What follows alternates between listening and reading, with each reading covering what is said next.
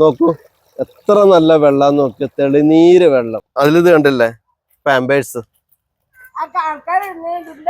ഈ നാട്ടില് ഇതിലെ പോകുന്നവരും വേസ്റ്റ് ഒഴിവാക്കാൻ വേണ്ടിയിട്ട് ഇതുപോലെ ആ പാലത്ത് നിന്ന് ഇങ്ങോട്ട് തട്ടുന്നാണ് ഇവിടെ ഉള്ളവരൊക്കെ പറയുന്നത്. ആണോ?